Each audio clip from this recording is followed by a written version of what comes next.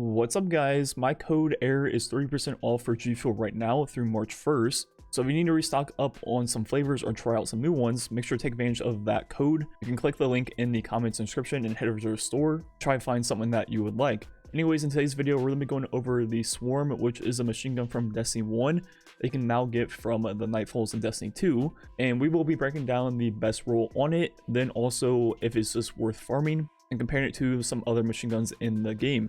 So first, how do you get this machine gun? Well, you can get it from the Nightfalls this season. There's been 3 weapons added to the playlist pool, and they seem to rotate in order. So this one you can get this week, and you won't be able to get it again for 3 weeks. And we play it on Legend difficulty just to do runs very quickly. And the drop chance is something like 33%, so it's not great, but you can do runs pretty quickly. You could also play on Master if you're high enough level, and the drop chance will be like 75-80% in there.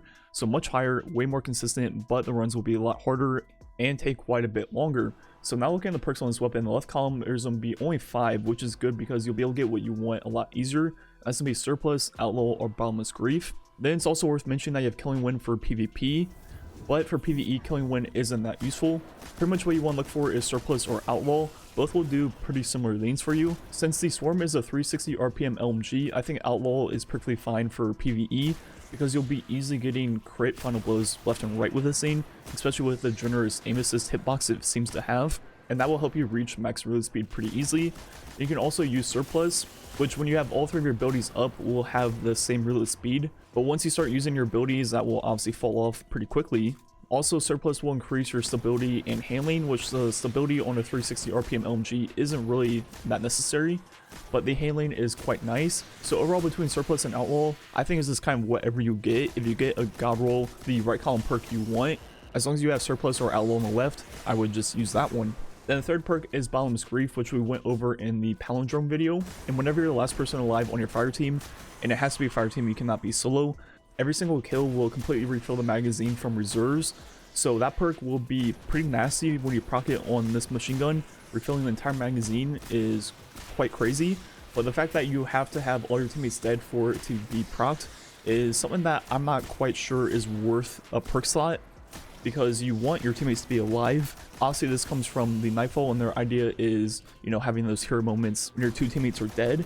So I completely understand their thought process behind that perk and on these 3 weapons, but I just feel like it should be maybe an intrinsic perk to the Nightfall weapons and not take up a perk slot, because it's just not a perk you want 95% of the time. And having a perk that only procs that 5% of the time just isn't quite worth it over, you know, something like Outlaw or Surplus, which will give you max reload speed. So yeah, I definitely like to see perks like that just be intrinsic perks down the road. And I think that's something they could add to Destiny 2 that they kind of did in Destiny 1. And overall, I think that just would make a lot more sense. Then in the right column, we have 6 perks, and there will be 3 in this video. I'm going to be talking about the top 3 ones, starting with Vorpal, which will increase the weapons damage versus bosses, vehicles, and also guardians in their super. So looking at the damage on Carl without the perk on, 2997. Now go ahead and swap over to Vorpal, and this obviously stacks with boss spec and major spec. And now it'll go to 3446. So Vorpal's only a 15% increase, which isn't a lot, especially considering this weapon can also roll with 1 for all, which is when you hit 3 targets, you'll get a damage increase for 10 seconds. And this is very easy to proc going into a boss fight or on a high health target by just hitting 2 enemies, and the third one you hit is the major boss, whatever it is. And 1 for all is going to be a 35% increase, so 20% higher than Vorpal. And no matter which perk you have, it doesn't make this machine gun a boss CPS weapon. CPS on machine guns, especially legendaries, are extremely low. Like, these numbers are so low, and you have to keep in mind the numbers this season are higher than they were in previous seasons. So yeah, pretty much every heavy or special in the game will out DPS a legendary machine gun, and even some primaries can easily out DPS them too. But 1 for all is still a pretty good perk on a machine gun. It just makes a lot of sense. It's pretty much as close as we'll be able to get to Killing Tally on 21% Delirium, where, you know, you'll have a pretty decently high damage perk that can be easily procced on a machine gun and last for quite a while. And unless there's multi-kill clip on a machine gun in the future, 1 for all will be the highest damage buff you can get. And even if there was multi-kill clip, it just wouldn't really work on machine gun because you'd have to reload way too often for a machine gun. So overall, 1 for all is the best damage perk you can pretty much get. But that leads me to what I think is the best role on this machine gun, Dragonfly with Dragonfly spec. Every single time I use a machine gun with Dragonfly and Dragonfly Spec, I forget how strong it is. You can easily one-hit pretty much every red bar in the game and cause them to explode, and these explosions are huge. I mean, it's like literally chain reaction, and since this weapon is an arc machine gun, it feels a lot like Thunderlord, to be honest. And if you pair that with Outlaw, which just makes perfect sense because you're going for precision kills, I mean, you have max reload speed, you have insane ad clear with the Dragonfly Spec. I mean, overall, it's just a mini Thunderlord in legendary form. And you can even pair this with the salvo in your energy slot for the arc of chain reaction, and you'll just have arc explosions left and right. And yeah, that's pretty much the best role in my opinion for the machine gun. Outlaw or Surplus and Dragonfly, or Outlaw and Surplus and One for All. One thing I forgot to mention in there is if you're using a machine gun in this meta, you may as well use the Sundering Glare artifact mod to help out your teammates and debuff the higher health targets when you're shooting at them, because your DPS yourself will be pretty low, so you may as well try to help out your team the best way you can. Which leads me to, is it worth farming for this weapon?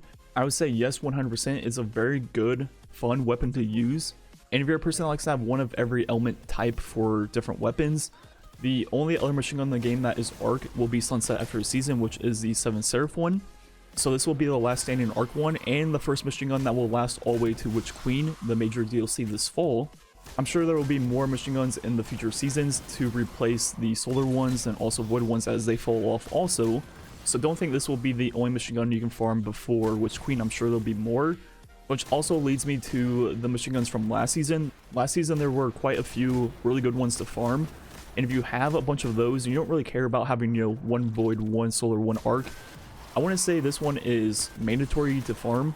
It feels really good and has some pretty cool rolls. And if you already farmed out a bunch last season and you're not really worried about having one for Witch Queen necessarily right away, you know, you could probably wait on this one for a few seasons or just wait for a different machine gun in a future season. And the final question I want to answer is, should I wait until the GMs to get Adept Swarms? I would say if the role you want is the One for All one or even the Vorpal one, and you're willing to do GMs, I would just wait to farm Adept ones. But if your role you're looking for is the Mini Thunderlord Dragonfly Spec one, you may as well just farm it now when it's easier, because the Adept one, there is no Adept Dragonfly mod, so you wouldn't be using Adept mod with that role anyways, so it's pretty much going to be the same if you have this version or the Adept one outside of the minor stat increases. Anyways, that's going to be it for the video, just some strike gameplay. Thanks for watching, catch you guys next time.